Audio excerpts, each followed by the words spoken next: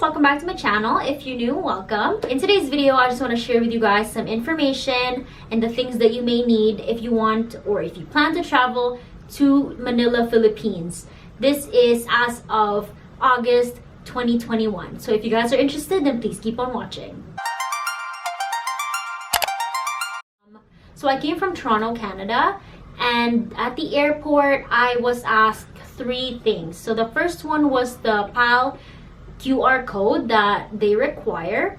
They also obviously asked for my passport, and because I'm part of the Balikbayan program, I had to have extra documents to support my identity. So as a result, I had to bring my two passports and my birth certificate from the NSO, but I only really had to show my old Philippine passports. And lastly, an undertaking. So it basically just, has some questions about yourself and which hotel you're staying at in the Philippines if you already booked one. So in terms of the general requirements, I flew with Philippine Airlines.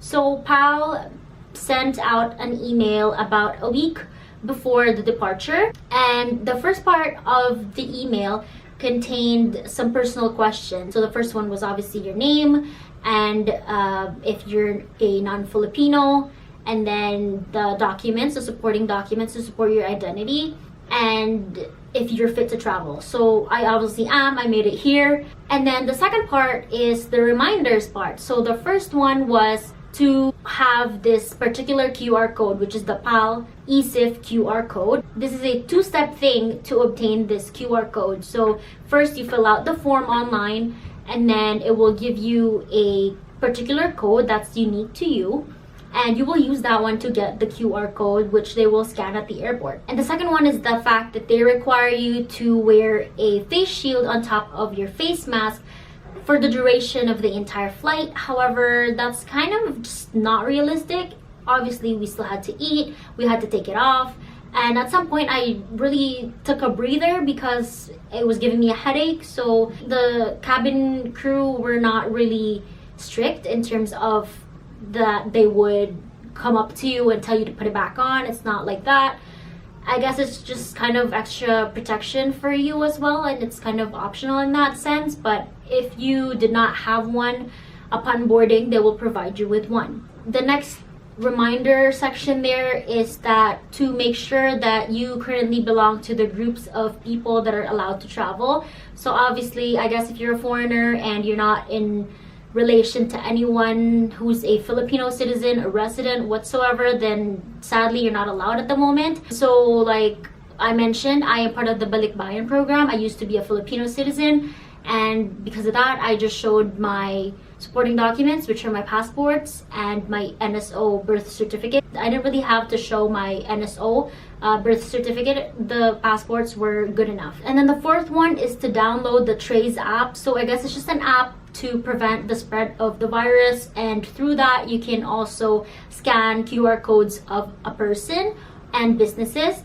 So this is actually the second QR code that you need. There's actually three. So you also have to fill out an affidavit of undertaking, and they will attach this as a PDF at the bottom of the email that they will send you about a week before the flight. And then lastly, there's a Bureau of Quarantine Health Declaration, or One Health Pass. This is the third and final QR code that you would need. The link will also be provided. Now, I just suggest that you guys would not rely on having it on your email, or I guess you can screenshot the QR code so it's just easier to scan, because I just thought there must be Wi-Fi in the NAIA. However, it was actually a struggle to connect. So luckily there was this Coast Guard who helped assist me, and she connected me to her own hotspot on her personal phone, because I think in order to connect your Wi-Fi to the Wi-Fi at the airport, you need a Philippine phone number, which I don't have. In terms of the situation at the airport, once you land, there's a representative from the Coast Guards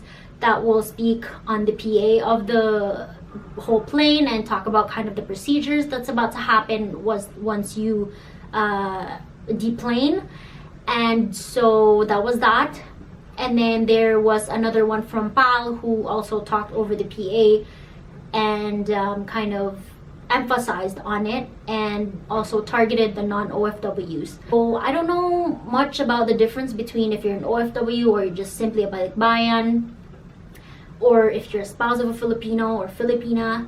But anyways, when we got off, we were directed to, you know, the different booths. So the first one, they just asked for passport, and then the PAL QR code, like booking confirmation of the hotel where I'm staying at. And then I was asked to walk over to the Red Cross booth where I had to prepay my swab test, which cost me 3,500 pesos. And obviously I was given a receipt, and I just show that to the person who would swab me on the day of my swab test. I think after that I just had to go through immigration, and it was pretty quick.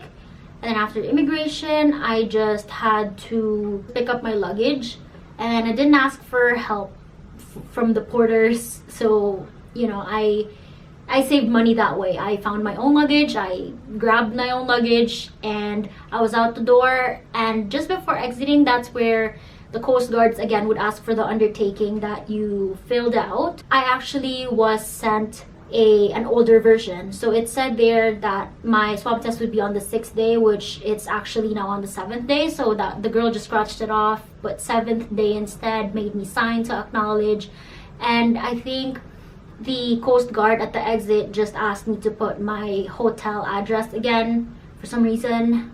Like, they already don't have access to that. Like, I already showed my booking confirmation. But some of the things that were asked, like some of the information was definitely repetitive. I don't know, maybe they just didn't have the time to keep, you know, going back to kind of trace things. From there, I exited. I asked where the metered taxi, the airport metered taxi was. Shout out to that Coast Guard again who helped me, who left his station to bring me to where the taxis were. And over at the taxi station, there was actually a booth where there was this guy who would take the taxi driver's information, your information, which hotel you're supposed to be dropped off at. So, you know, it's pretty much safe. I chose that option over the one from the hotel shuttle because they would have charged me 2,500 pesos, and every hour that they're going to be waiting for you, obviously I wasn't sure how long it would take me to go through everything, right? The whole process right now. They would charge 1,000 peso more every time, every hour that you're late. It's just smart to pick the second option, which is the metered taxi, which I only had to pay 1,070, but I gave 1,200 because I didn't have change, and that was just tip, and that was that. So I got dropped off here and just showed my booking confirmation, and up front, that's where I was charged the whole amount of 2,500 pesos for 10 days. I will be showing you guys a room tour, a hotel room tour on my next vlog, so just watch out for that. I will not be naming the hotel for now. And yeah, food isn't included, so I've actually been spending a lot of money in terms of food delivery. But then again, it's still cheaper because obviously my money from Canada, like the dollar conversion to peso is quite a lot. So it's not that bad if you think of it that way. So yeah, I'm on my 5th day, like I said, and my swab is scheduled to happen on 7th day, so that's in 2 days. So that's basically everything. I don't know if I was kind of rumbling. I hope you guys find this video helpful. If you have any questions or need some clarification or questions that I have not answered in this video, please leave a comment down below, and I'll try to get back to you as soon as I can. Thank you guys for watching, and I'll see you next time. Bye!